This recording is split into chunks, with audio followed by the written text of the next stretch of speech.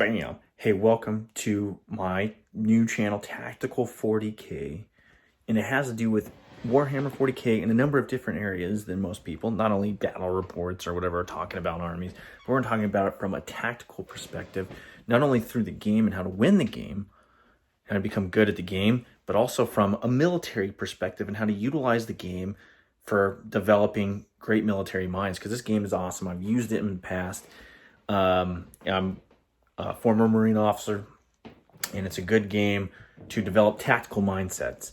But anyway, this is just an overview of the channel itself. I'm kind of walking around, giving you a little shaky view of me.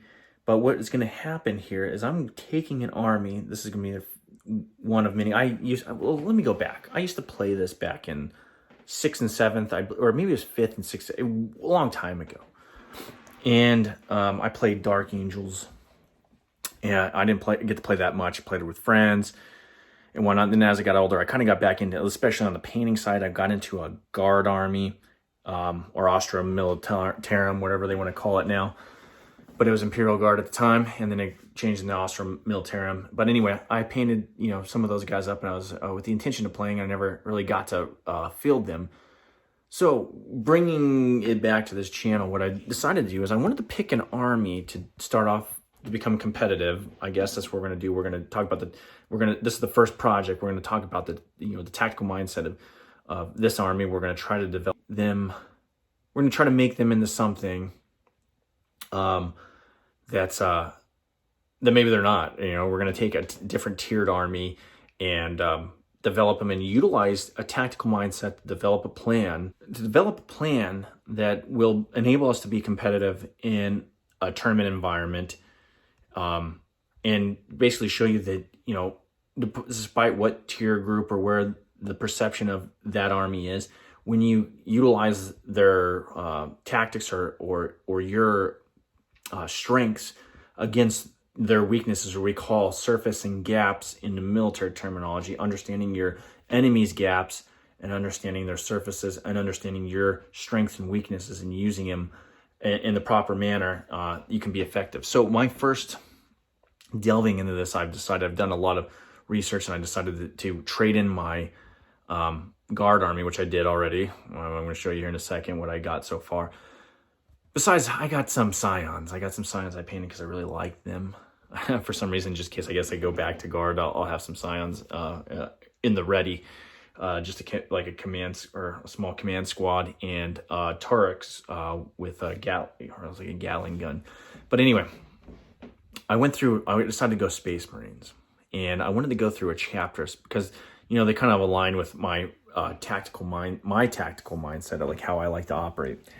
And I wanted to get a chapter that aligned with me as well. So I looked through them, and I wanted to go. Actually, I was really tied between. After going through them, I had 3 that I was really looking at, and that was Dark Angels. As again, I played them in the past, and the lore is pretty cool or whatnot if you're into that. Ultramarines, and then I kind of Ultramarines because they're shooty, they're steadfast, they're kind of like the honorable chapter or whatnot, and they had a lot of cool stratagems and little kinks and paint jobs, a lot of models, a lot of good characters. And then I was looking at 2 other ones. What was it? Well, I was kind of, glazed over Death Watch, but I looked at White Scars and then Raven Guard, and having that clandestine warfare aspect to Raven Guard kind of drew me to them. So that's what we're going to do. We're going to do a Raven Guard Space Marine army.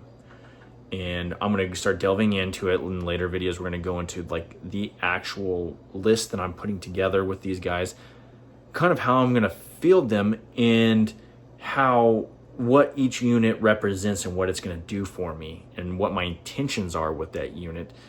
And also from a tactical perspective, how that unit is going to support other units, what its role is on the battlefield, and how I'm setting this list up is that every unit is going to be interlaced in a sense, where we call in, setting up your safe or whatnot, putting your fields of fire or whatnot.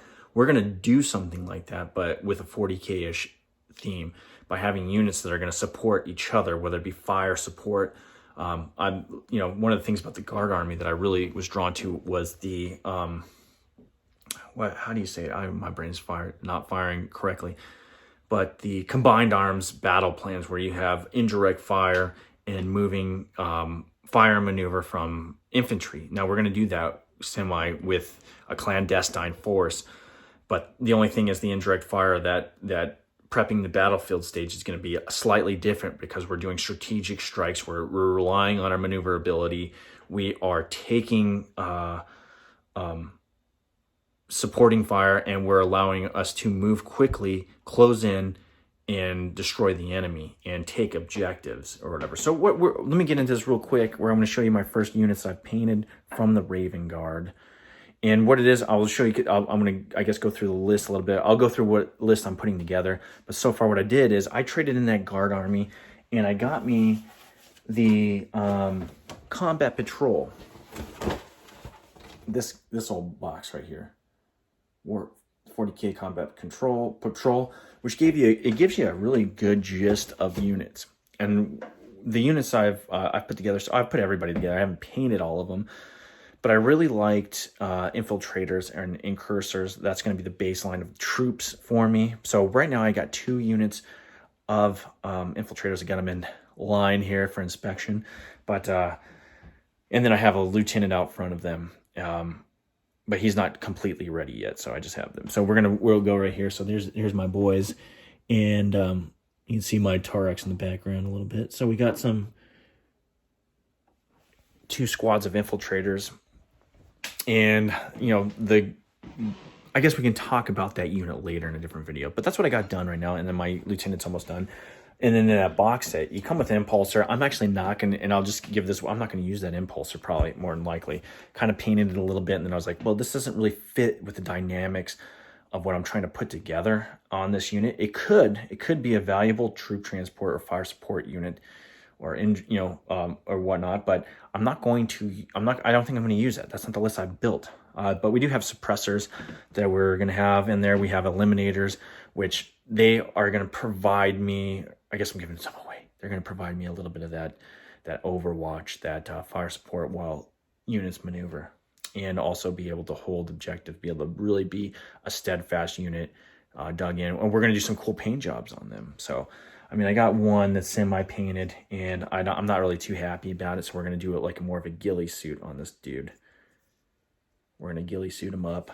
Now, the only other thing I'll leave you with, on those guys, I'm kind of conflicted on the bolt rifle last fusel thing now that you can just, you can just switch them up without that, or providing an instigator bolt rifle so you can fire and move these units. So doctrinally and tactically, we gotta think about that. But anyway, I'm gonna leave you there. This is the first video of this, and we're gonna get in some depth, and so you can follow this journey. I'm gonna label these as the Raven Guard build, and we're gonna do it. We're gonna build a legitimate Raven Guard unit, and we are going to try and utilize their strengths, recognize enemy weaknesses, and try to be competitive. So like and subscribe.